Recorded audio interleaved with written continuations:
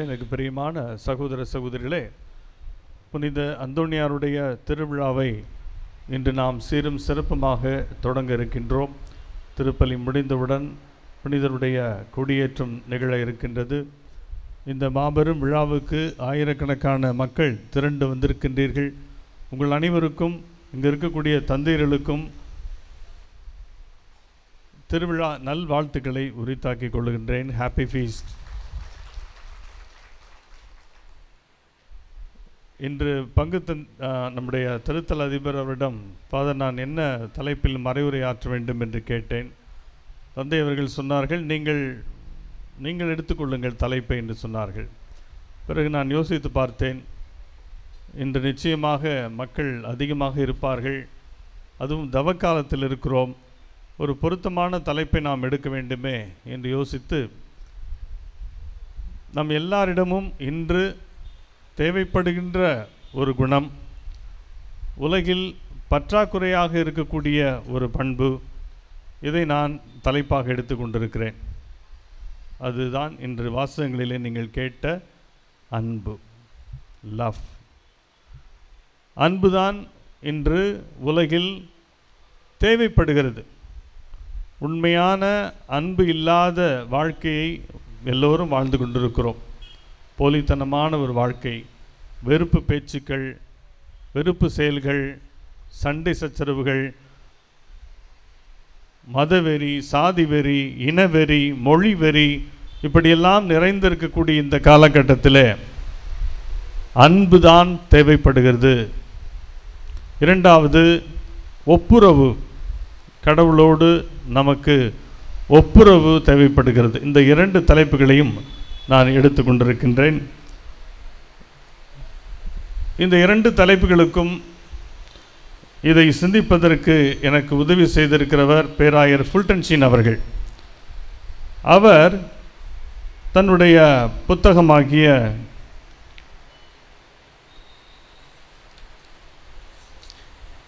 From the Angels Blackboard என்ற அந்த புத்தகத்தில் எப்படி உலகில் மக்கள் அன்பு செய்கிறார்கள் என்று அவர் 4 விதங்களை குறிப்பிடுகிறார். 4 விதங்களில் மக்கள் அன்பு செய்கிறார்கள். பிறகு 5வது ஒரு வகையை அவரே முன்மொழிகிறார்.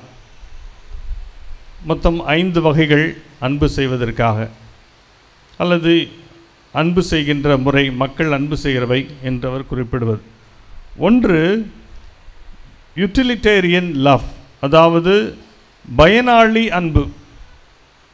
ஒருவர் நமக்கு தேவைப்படுகிறார், அவர் இருந்தால் இந்த காரியத்தை நாம் செய்துவிடலாம், அல்லது இவரால் தான் இதை செய்ய முடியும், எனவே இவருடைய நட்பை நாம் பெற்றுக்கொள்வோம், இவரை அன்பு செய்வோம் என்று சொல்லி அன்பு செய்வது. அந்த அன்பு ஒரு கொஞ்சம் காலத்திற்கு இருக்கும். அந்த நபர் பிரிந்து விட்டாலோ அல்லது அவர் இறந்து விட்டாலோ அந்த நட்பு, அன்பு முடிந்துவிடும். அவ்வளவுதான், அவரால் ஒரு பயனும் இருக்காது. அப்போது பயனுக்காக அன்பு செய்வது. இப்போ உதாரணத்திற்கு, நான் அமெரிக்காவில் ஒரு 5 ஆண்டுகள் பணி செய்தேன். ஒரு பங்கிலே நான் இருக்கும்போது அந்த மக்கள் ரொம்ப அப்ரிஷியேட் பண்ணாங்க, எல்லாம் நல்லா இருந்தது. 5 வருஷம் முடிஞ்சு நான் அங்கேருந்து திரும்பி வரும்போது ஒரு ஃபேர்வெல் வச்சுட்டு, ஐயோ ஃபாதர் லூயிஸ், நீங்கள் போகிறீங்களே, வி மிஸ் யூ அப்படின்னாங்க. அவ்வளோதான், அன்னையோடு முடிஞ்சிச்சு. அதுக்கப்புறம் வந்ததுக்கப்புறம் எல்லாம் மறந்துட்டாங்க இல்லையா? அப்போ நம்முடைய சேவை தேவைப்படுகிற வரைக்கும் அன்பு செய்கிறது ஒரு பழக்கம். நம்முடைய சேவை இங்கே தேவையில்லை என்றால் அவ்வளோதான், அவங்களுக்கு வேறு அடுத்தவங்களுக்கு இருக்கிறாங்க. இப்போ நம்ம இடத்த வேற ஒரு ஃபாதர் ஃபில் பண்ணிக்கிறார். அப்போ அங்கே அவங்களுக்கு அந்த அன்பு அங்கே கொடுக்கப்படுகிறது. இப்படி ஒரு பயனாளி அன்பு, யூட்டிலிட்டேரியன் லவ் அப்படின்னு சொல்லி இருக்குதுன்னு சொல்லி பேராயர் ஃபுல்டன்ஷீன் சொல்கிறார். ஒரு எக்ஸாம்பிளுக்கு தான் நான் அதை சொன்னேன். இரண்டாவது, ரொமான்டிக் லவ், காதல் அன்பை காதலாக பயன்படுத்துகிறாங்க இல்லையா, ரொமான்டிக். உதாரணத்துக்கு, ஒரு காதலன் ஒரு காதலியை அன்பு செய்கிறான் அப்படின்னா, அந்த காதலி என்ன நினச்சிக்கிறா, தான் அன்பு செய்யப்படுவதாக நினச்சிக்கிறா. ஆனால் அங்கே மறைமுகமாக அடங்கி இருக்கிறது என்னன்னா, அந்த காதலி தரக்கூடிய சுகத்தை, அந்த அனுபவத்தை தான் அவன் அன்பு செய்கிறான். அப்போது அவன் அந்த பெண்ணை அன்பு செய்கிறான் என்று சொல்வதை விட, அல்லது அந்த பெண் அந்த ஆணை அன்பு செய்கிறான் என்று சொல்வதை விட, அவர்கள் இருவருமே அவர்கள் தருகின்ற சுகங்களை, எக்ஸ்பீரியன்ஸை அவர்கள் அன்பு செய்கிறார்கள் மறைமுகமாக. இதனால் தான் பல திருமணங்களிலே இன்று அவர்கள் நீடிக்க முடியாமல் போகிறது. என்ன நினைக்கிறார்கள்? அந்த நபரை திருமணம் செய்வதாக நினைக்கிறார்கள், ஆனால் அவருடைய அனுபவத்தை தான் திருமணம் செய்து கொள்கிறார்கள்.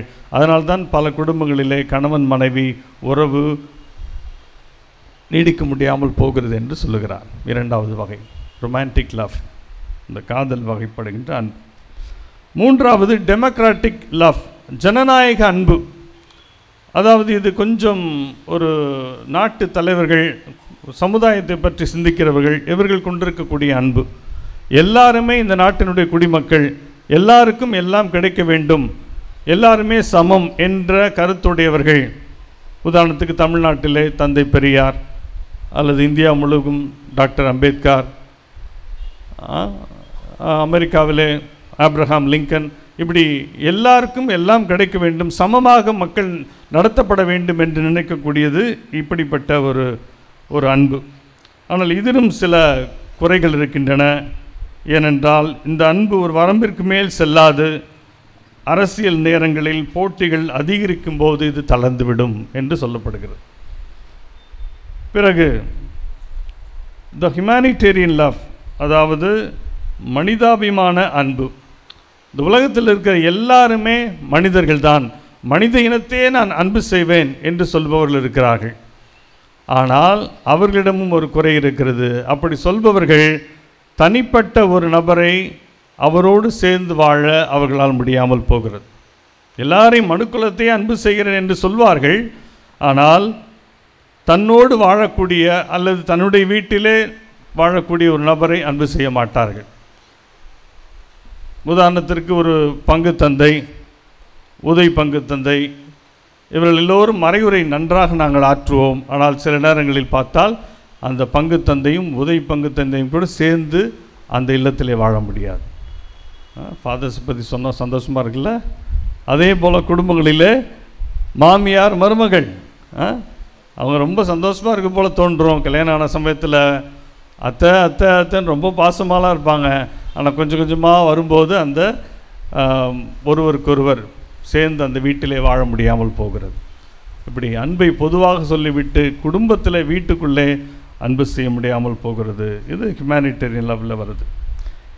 இந்த 4 வகையும் தாண்டி பேராயர் ஃபுல்டன்ஷியன் சொல்லுகிறார், உயர்ந்த அன்பு ஒன்று இருக்குது, அதுதான் கிறிஸ்துவின் அன்பு, இயேசு கிறிஸ்துனுடைய அன்பு. அதைத்தான் இன்று திருத்தொண்டர் அவர்கள் நற்செய்தியில் வாசித்தார்கள். யோவான் நற்செய்தி 13:34. இயேசு என்ன சொல்கின்றார்? நான் உங்களை அன்பு செய்தது போல நீங்கள் ஒருவர் மற்றவரை அன்பு செய்யுங்கள். இயேசுனுடைய அன்பு தான் டாப். ஏன்? அந்த அன்பில் என்ன இல்லை? அந்த அன்பு எதையுமே எதிர்பார்க்கல. அந்த அன்பில் சுயநலம் இல்லை. அந்த அன்பில் தியாகம் இருக்கிறது. அந்த அன்பு தன்னையே கொடுக்கிறது, தன்னுடைய உயிரை கொடுக்கிறது. உயிரை கொடுக்கவும் அஞ்சவில்லை. கல்வாரியிலே நமக்காக உயிரை கொடுத்தார். அதுதான் அன்பின் உச்சம். அவர் என்ன சொல்கிறார்? ஆண்டவர் இயேசு, நான் எப்படி அன்பு செய்தேனோ, உயிரை கொடுத்து என்னையே இழந்து, அதே போல நீங்களும் ஒருவர் மற்றவரை அன்பு செய்யுங்கள் என்று சொல்லுகிறார். இது கொஞ்சம் கஷ்டம்தானே இல்லை? இந்த முதல் சொன்ன இந்த 4 வகையெல்லாம் நம்ம அன்பு செஞ்சுருவோம். ஒருத்தர் நமக்கு பயன்படுறாருன்னா அவர் அன்பு செய்துருவோம். இதெல்லாம் ஓகே. காதலி அன்பு, நான் உனக்காக அதை கொடுப்பேன் இது கொடுப்பேன், எல்லாம் உலகத்தில் ஓகே. ஆனால் உனக்காக நான் என்னுடைய உயிரை கொடுப்பேன் என்று சொல்லுகிற அன்பு தான் உயர்ந்த அன்பு, இல்லையா? அதை இயேசு சொன்னதோடு மட்டுமல்லாமல் வாழ்க்கையிலே செய்து காண்பித்தார். அது அப்படி செய்து காண்பித்ததோடு மட்டுமல்லாமல் அப்படிப்பட்ட அன்பை நீங்களும் நானும் வாழ வேண்டும் என்று அவர் கட்டளையாக கொடுத்திருக்கிறார். It is a mandate, it is not a request. தயவுசெய்து அன்பு செய்யுங்கள் அன்பானவர்களே அப்படின்னு இயேசு யார்கிட்டையும் பரிந்துரை வைக்கவில்லை. மாறாக அதை ஒரு கட்டளையாக கொடுத்திருக்கிறார். கமாண்ட்மெண்ட். இதை செய்துதான் ஆக வேண்டும். அன்புமிக்கவர்களே, நாம் அப்படிப்பட்ட ஒரு அன்பை செய்கின்றோமா? ஒருவேளை குடும்பத்திலே பெற்றோர் தங்கள் பிள்ளைகளை அன்பு செய்வதிலே அந்த அன்பை காட்டுகிறீர்கள். என் பிள்ளை எனக்கு பின்னாடி வயசான காலத்தில் செஞ்சாலும் செல்லாட்டினாலும் நான் அன்பு செய்வேன் என் பிள்ளைய அப்படின்னு சொல்லக்கூடிய தாய்மார்கள் இருப்பீங்க, தந்தைமார் இருப்பீங்க. ஆனால் அதை விட்டு தாண்டி சமுதாயத்தில் எல்லாரையும் அதே போல் அன்பு செய்யக்கூடிய மனப்பான்மை வருமானம் வராது. ஆனால் அதுதான் இயேசுனுடைய அன்பு. அதனால தான் அவர் இந்த ஊதாரி மைந்தன் ஓமையில் பாருங்கள், அந்த தந்தை எப்படிப்பட்டவர் என்று சொல்லுகிற அந்த ஓமையில் தன்னுடைய இளைய மகன் சொத்துக்களையெல்லாம் அழித்துவிட்டு திரும்ப வருகிறான், அவனையும் ஏற்றுக்கொண்டு அன்பு செய்கிறார். தன் வீட்டுக்குள்ளே இருந்து தன்னுடைய அன்பை சுவைக்காத, தன்னுடைய உறவை நினைத்து பார்க்காத அந்த மூத்த சகோதரன் இருக்கானே, அவனையும் அன்பு செய்கிறார். வாடா டே, நம்ம தம்பி திரும்பி வந்துட்டான்டா, வாடா நீ வாடா வீட்டுக்குள்ளே வாடா, நம்ம கொண்டாடுவோம்னு சொல்லி அந்த மூத்த மகனையும் அழைக்கிறார். இப்படிப்பட்ட ஒரு தந்தையினுடைய அன்பைத்தான் இயேசு கொண்டிருந்தார், அதைத்தான் அவர் வாழ்ந்தார், அதைத்தான் நீங்களும் நானும் வாழ வேண்டும் என்று விரும்புகிறார். இந்த உலகத்தில் இன்று தேவைப்படுவது அன்பு தான். எப்படிப்பட்ட அன்பு என்றால், நான் சொன்ன பாருங்கள், அந்த 4 வகையான அன்பு அல்ல, இந்த 5ஆவதாக சொன்ன இயேசுனுடைய அன்பு இன்று உலகத்துக்கு தேவைப்படுகிறது. இன்று கிறிஸ்தவர் என்ற போர்வையிலே ஆட்சியை பிடிக்கிறார்கள். ஆனால் அவர்களிடத்தில் அன்பு இருக்கிறதா? இயேசுனுடைய அன்பு இருக்கிறதா? இல்லை. பேரளவிலே நான் கிறிஸ்தவன் என்று சொல்லி அதிகாரத்துக்கு வரலாம். ஆனால் உலக நாடுகள் எல்லாரும் பார்த்து கொண்டிருக்கின்றன, நீ சொல்லுகின்ற அந்த கிறிஸ்துவனுடைய அன்பை நீ கொண்டிருக்கிறாயா என்று எல்லாரும் பார்ப்பார்கள். வெறுமனே ஒரு மதத்தையும் பெயரை வைத்துக்கொண்டு நீ ஆட்சி பிடிப்பதால் நீ அந்த தலைவனுக்கு, இயேசுவுக்கு சிறந்த சீடன் என்று நிரூபிக்க முடியாது. அவர் சொன்ன அன்பை நாம் வாழ்ந்தால் மட்டும்தான் நாம் இயேசுனுடைய சீடர்களாக முடியும். அன்பானவர்களே, அன்பு செய்வது அதுக்கு ஒரு எளிய முறை நான் உங்களுக்கு சொல்ல விரும்புகின்றேன். இயேசு எப்படி தன்னையே இழந்து மற்றவரை அன்பு செய்தாரோ அதுபோல அன்பு செய்கிற போது நாம் நம்முடைய நலத்தை நினைக்காமல் பிறருடைய நலத்தை நினைத்தோம் என்றால் அதுதான் சிறந்த அன்பாக இருக்கும். ஒவ்வொருவரையும் அவர் அடுத்தவராக நினைக்காமல், அவர் என்னுடைய எக்ஸ்டென்ஷன், இங்கே இருக்கக்கூடிய இந்த ஃபாதர் அவர் வேறொருவர் அல்ல, அவர் என்னுடைய எக்ஸ்டென்ஷன், என்னுடைய ஒரு தொடர்ச்சி தான் என்று நான் நினைக்கும்போது அன்பு செய்ய முடியும். ஸோ இப்படி அன்பை பற்றி நாம் சொல்லிக்கொண்டே போகலாம். அதற்காகத்தான் இன்றைய தினம் முதல் வாசகத்தில் பவுலடியார் கூறிய அந்த 1 கொரிந்தியர் 13 எடுத்துக்கொள்ளப்பட்டது. நம்மிடம் அன்பு இருக்கிறதா இல்லையா என்று பரிசோதித்து பார்த்து கொள்ள அது ஒரு டெஸ்ட். எப்படி ரத்தத்தில் சர்க்கரை இருக்கா இல்லையான்னு சொல்லி டெஸ்ட் பண்ணிக்கிறோம் இல்லையா, அதுபோல் நம்மக்கிட்ட அன்பு இருக்கா இல்லையான்னு சொல்கிற ஒரு டெஸ்ட்டு தான் அந்த மெஷின். நாம் வாசிக்க கேட்ட வாசகம், அன்பு பொறுமை உள்ளது, அன்பு பரிவுள்ளது. அப்போ அன்பு எங்கெங்கெல்லாம், பொறுமை எங்கெங்கெல்லாம் இருக்கோ அங்கெல்லாம் அன்பு இருக்குது, பரிவு எங்கே இருக்கோ அங்கே அன்பு இருக்குது. அன்பு அழுக்காறு கொள்ளாது, இழிவானதை செய்யாது, தன் நலத்தை நாடாது, எரிச்சலுக்கு இடம் கொடாது, தீவினையில் மகிழ்வுறாது, உண்மையில் அது மகிழும், அனைத்தையும் பொறுத்து கொள்ளும், அனைத்தையும் நம்பும், அனைத்தையும் எதிர்நோக்கி இருக்கும், அனைத்திலும் மன உறுதியாய் இருக்கும். இப்படிப்பட்ட அன்பு நம்மிடத்தில் இருந்ததென்றால், இந்த குணங்கள் எல்லாம் இருந்தால் நிச்சயமாக அன்பு நம்மிடம் இருக்கிறது என்று அர்த்தம். பிரியமானவர்களே, அன்பு என்பது ஒரு அயன் டூம் மாதிரி. இஸ்ரேல் ரொம்ப பெருமையாக சொல்லிக் கொள்கிறது அல்லவா, எங்களுடைய நாட்டில் பெரிய அயன் டூம் இருக்கிறது, வெளிநாட்டிலிருந்து எந்த ஒரு மிசைல் எங்களுடைய நாட்டை அழிக்க வந்தாலும் அது எதிர்த்து சென்று தாக்கிவிடும் என்று சொல்லுகிறார்களே, அது போலி என்று நிரூபிக்கப்பட்டு விட்டது. ஆனால் அன்பு என்பது உண்மையிலேயே ஒரு சிறந்த அயன் டூம். இந்த அன்பு இருப்பவரிடத்தில் வெளியிலிருந்து யார்தான் அவர்களை காயப்படுத்த நினைத்தாலும் அவர்களை காயப்படுத்த முடியாது. ஏன்? அவர்கள் அன்பு அதை தாங்கிக் கொள்ளும், அந்த அன்பு அதை மன்னித்து விடும், அந்த அன்பு அதை பொருட்படுத்தாது. எனவே அன்பு என்கின்ற ஒரு ஆயுதத்தை நாம் எல்லோரும் கொண்டிருப்போம். இரண்டாவது, ஒப்புரவு. கடவுள் மிக மிக நம்மிடத்தில் விரும்புகின்ற ஒன்று ஒப்புரவு. நாம் அவரிடம் திரும்ப வேண்டும் என்று விரும்புகின்றார். 12ஆம் பத்திநாதர் சொல்லுகிறார், The greatest sin today is that men have lost the sense of sin. இந்த உலகத்திலே மிகப்பெரிய பாவம் என்றால் அது பாவ உணர்வையே இழந்து விடுவது. நாம் செய்வது பாவம் என்று அறியாதிருக்கிற அதுதான் மிகப்பெரிய பாவம் என்று சொல்லுகின்றார். அதே தான் பேராயர் ஃபுல்டன்ஷின் அவர்களும் தொடர்ந்து வலியுறுத்துகிறார். பாவ உணர்வே இல்லாமல் இருப்பது மிக மிக கொடியது என்று சொல்லுகிறார். பிரியமானவர்களே, இந்த தவக்காலத்தில் நாம் எல்லாரும் ஒரு டர்ன் போட்டு ஆண்டவரிடம் திரும்புவோம். நம்முடைய பாவங்களிலிருந்தெல்லாம் விடுதலை பெற்று கடவுளிடத்தில் திரும்புவோம். பேராயர் ஃபுல்டன்ஷின் ஒரு ஊமை ஒன்று சொல்லுகிறார். கௌதாரி பறவை என்று ஒரு பறவை இருக்கிறது. இந்த கௌதாரி பறவை என்ன செய்யுமா, அது முட்டையிட்டு குஞ்சு பொரிக்கிற வேளையில் பக்கத்தில் இருக்கக்கூடிய கூட்டிலிருந்து முட்டைகளை திருடி கொண்டு வந்து குஞ்சு பொரிக்குமா. அப்படி குஞ்சு பொரிக்கிற நேரத்தில் திருடப்பட்டு வந்த அந்த குஞ்சுகள் வெளியே வந்தவுடன் தங்களுடைய தாய் கௌதாரி இருக்கே அதனுடைய அழுகையை கேட்டு அங்கே பறந்து செல்லுமா முதலில். அவர் சொல்லுகின்றார், இது ஒரு சயின்டிஸ்ட் கண்டுபிடிச்சது சொல்கிறார். அந்த அழுகின்ற தாயினுடைய குரலை கேட்டு அந்த குஞ்சுகளெல்லாம் முதல்ல அங்கே தான் பறந்து போகுமா.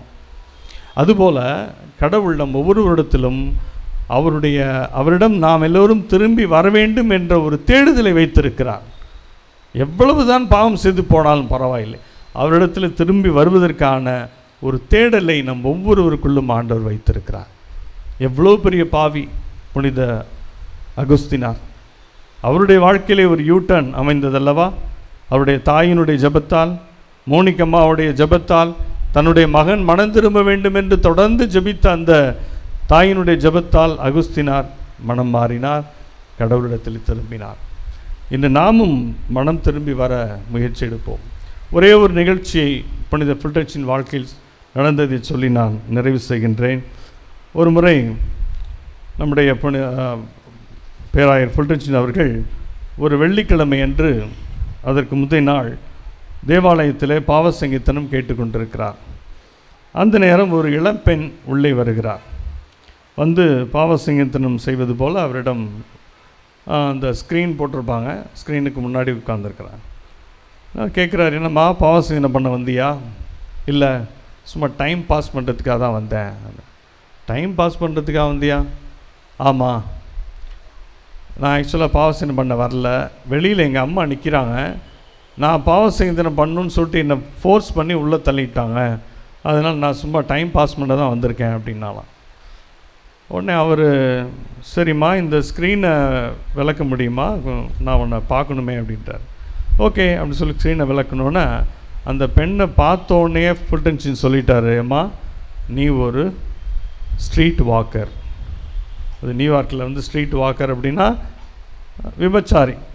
நீ விபச்சாரிம்மா, நீ ஒரு விபச்சார வேலை செய்துட்ருக்கிற, ரைட்டா? உடனே அவள் எஸ் ஃபாதர், ஏன்னா அப்போ பிஷப் ஆவல ஃபாதராக இருக்கார். Yes father. அப்போ இதை நான் பாவசங்கீர்த்தனம் எடுத்துக்கலாமா அப்படிங்கிறா. நோ, நான் பாவசங்கீர்த்தனம் பண்ண வரல அப்படிங்கிறா. அவர் எவ்வளோ கன்வின்ஸ் பண்ணி பார்க்குறாரு இந்த பொண்ணை பாவசங்கீர்த்தனம் பண்ண வைக்க. இவன் முடியல, கிளம்பி போகிறான். அப்போ சொல்கிறார், போயிட்டு தயவுசெய்து வெளியில் போனோன்னே திவ்யநற்கனைக்கு முன்னாடி ஒரு கிராதி இருக்குது, அங்கே போய் முழங்கால் பட்டு கொஞ்சம் நேரம் ஜெபம் பண்ணிட்டு போமா அப்படிங்கிறார். ட்ரை பண்ணுறேன் அப்படின்னு சொல்லிட்டு போயிட்டா வெளியில். இவர் காலையில் பாவசங்கீர்த்தனம் முடிச்சுட்டு வெளியே வர்றாரு. அந்த படிக்கட்டில் உட்காந்துருக்கிறான். அப்போவும் கேட்குறார், அம்மா ஒரு அரை மணி நேரம் பேசுகிறார், நீ பாவசங்கீர்த்தனம் பண்ணுறதுக்கு முயற்சி பண்ணுறியா? முடியாதுன்னு சொல்லிட்டு போயிட்டான். இவர் என்னடா அது, இந்த பொண்ணு இவ்வளோ அடமெண்ட்டாக இருக்கேன்னு சொல்லிட்டு சாயந்தரம் கோயிலுக்கு வந்து பாவசங்கீர்த்தனம் கேட்க வந்தப்போ வந்த மக்கள் எல்லாத்துக்கிட்டையும் அவர் சொல்லியிருக்கிறாரு, ஒரு பாவி மனம் திரும்ப ஒரு ஜெபமாலை சொல்லுங்கள் அப்படின்னு சொல்லியிருக்கிறார். அப்போ எல்லாரும் சரி ஃபாதர் சொல்கிறேன். ஆனால் ஒரே ஒருத்தர் மட்டும் சொல்லலையாம். பரவாயில்ல, அது அவரோட கதையில் சொல்கிறார். நைட்டு 9 மணி ஆயிடுச்சு. அன்றைக்கி வியாழக்கிழமை நைட்டு 9 மணி ஆயிடுச்சு. இவர் முடிவு பண்ணுறார், நம்ம வீட்டுக்கு போவேணாம், ஃபாதரோட இல்லத்துக்கு போவேணாம், இங்கேயே இருந்து இந்த பொண்ணுக்காக வேண்டிக்குவோம் அப்படின்னு சொல்லி 9 மணிலேருந்து நைட்டு 12 மணி வரைக்கும் முழங்கால் படிக்கிட்டு கோயிலில் வேண்டிக்கிட்டே இருந்திருக்கிறார்.